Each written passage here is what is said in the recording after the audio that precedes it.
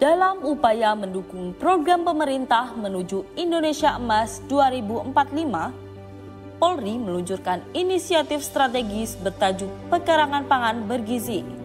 Program ini bertujuan untuk memperkuat ketahanan pangan nasional melalui pemanfaatan pekarangan rumah sebagai lahan produktif yang menghasilkan pangan sehat dan bergizi. Di Desa Andongsari, Kecamatan Ambulu, terdapat sebuah inisiatif luar biasa dalam meningkatkan ketahanan pangan masyarakat. Lebih dari 50 rumah atau kepala keluarga di desa ini telah memanfaatkan pekarangan mereka sebagai sumber pangan yang berkelanjutan.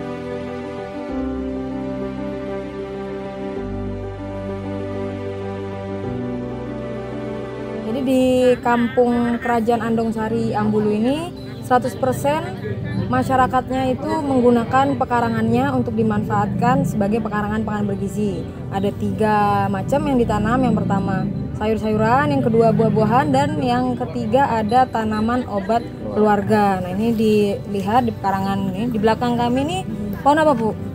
Apukat. Ini apukat. Ada apukat dan pepaya. Sudah dimanfaatkan oleh warga untuk dijual. Pusat kegiatan ini dikelola oleh kelompok wanita Tani Kahuripan yang terdiri dari 30 anggota berdedikasi dan merupakan binaan dari Polsek Ambulu. Jadi ini proses pencampuran dari tanah, arang sekam dan juga sekam. Jadi ini sebagai media dasar untuk menanam di planter bag. Mereka menanam berbagai jenis tanaman, termasuk 9 jenis sayuran dan 3 jenis buah-buahan dengan metode persemaian dan pemupukan yang terstruktur. Jadi ini kami budidaya jamur tiram dengan proses awalnya diambil dari serbuk kayu yang keras, kayu kopi bisa, kayu sengon bisa gitu.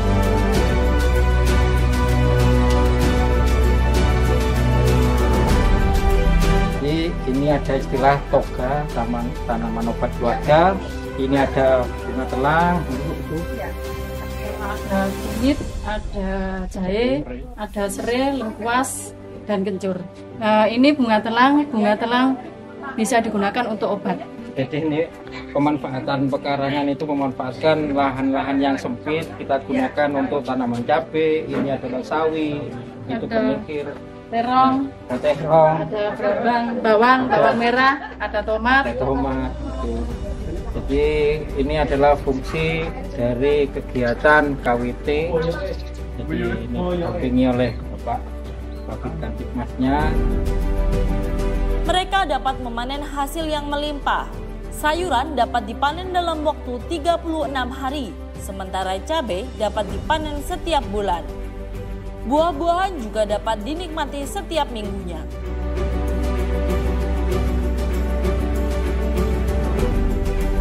Hasil panen sayuran tidak hanya untuk konsumsi rumah tangga, melainkan juga dijual ke rumah-rumah makan sekitar.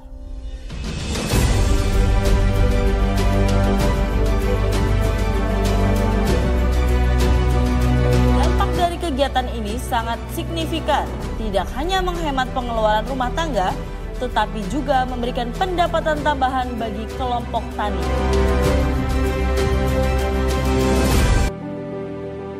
Inovasi dalam menanam juga diterapkan seperti hidroponik dan vertikultur yang memungkinkan pemanfaatan ruang yang lebih efisien. Ini adalah budidaya secara hidroponik yang media tanamnya adalah media air. Jadi di dalam air itu dikasih nutrisi yang untuk diserap oleh tanaman di sini. Jadi prosesnya air dari sini itu dia mengalir ke bawah, nanti dari bawah situ ada penampungan, nanti dinaikkan lagi pakai aerator atau pompa air, nanti larinya ke sini, terus sirkulasi itu sampai 24 jam itu harus tidak berhenti gitu.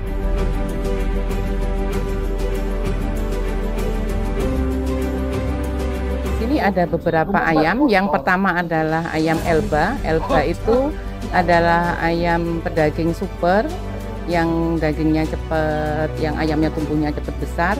Dan di belakang, di bawahnya itu, di kotorannya ada namanya maggot. Maggot itu nanti untuk pakan ayam itu sendiri. Jadi sirkulasinya muter atau yang kita sebut biasa kita sebut dengan zero waste system. Jadi sirkulasinya kembali lagi ke ayam. Kemudian ada lele. Di sini lelenya ada 1000. Nah, beberapa kali sudah dipanen, didistribusikan ke beberapa restoran di sekitar sini. Kemudian kami juga punya ayam petelur, ayam kampung. Di sini ada 2 jenis, ayam Mardi dengan ayam KUB. Yang di sini ayamnya bertelur sepanjang tahun, per tahunnya itu bisa sampai 280 butir.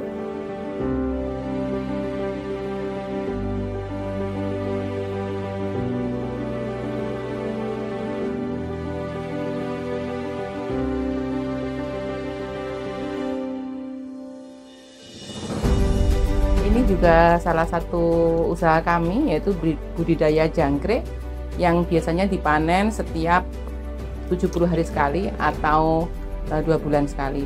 Ini bisa didistribusikan ke peternak burung, biasanya untuk pakan burung dan pakan ikan hias.